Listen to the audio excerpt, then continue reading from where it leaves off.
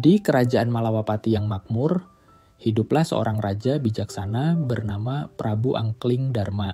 Sang Prabu dikenal bukan hanya karena kekuasaannya, namun juga karena kemampuannya memahami bahasa binatang. Anugerah ini diperolehnya berkat tapa brata yang dilakukannya di Gunung Lawu.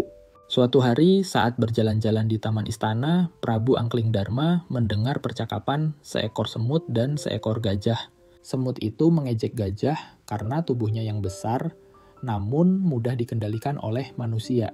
Gajah itu membalas dengan mengatakan bahwa manusia, meskipun kecil, memiliki akal yang lebih cerdas dan mampu memanfaatkan alam untuk kepentingannya.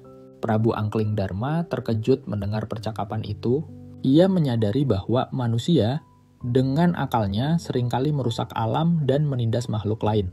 Ia merasa bersalah karena selama ini telah memanfaatkan kemampuannya memahami bahasa binatang untuk kepentingan pribadinya.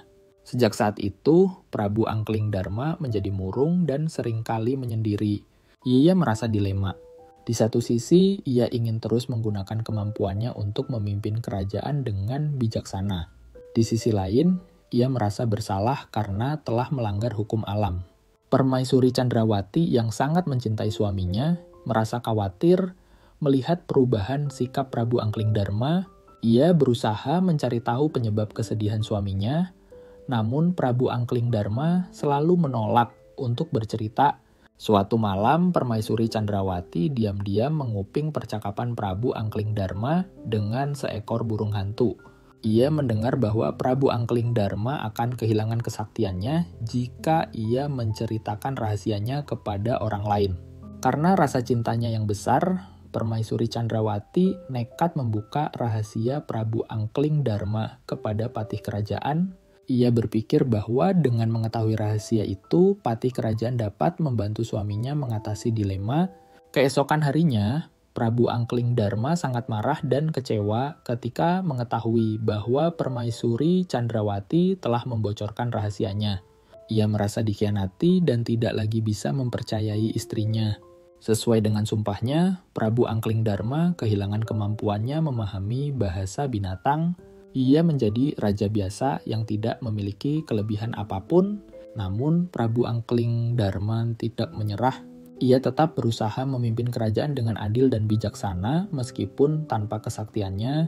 Ia belajar dari kesalahan masa lalu dan berusaha untuk lebih menghargai alam dan makhluk hidup lainnya. Suatu hari, kerajaan Malawapati diserang oleh kerajaan lain. Prabu Angkling Darma yang sudah tidak memiliki kesaktian tetap memimpin pasukannya dengan gagah berani. Ia berhasil mengalahkan musuh dan mempertahankan kerajaannya. Setelah perang usai, Prabu Angkling Darma menyadari bahwa kekuatan sejati bukanlah terletak pada kesaktian, melainkan pada keberanian, kebijaksanaan, dan cinta kasih. Ia pun hidup bahagia bersama Permaisuri Chandrawati dan memerintah kerajaan Malawapati dengan adil dan makmur. Legenda Angkling Darma mengajarkan tentang pentingnya menjaga amanah, menghargai alam, dan menyadari bahwa kekuatan sejati terletak pada hati yang baik dan pikiran yang jernih.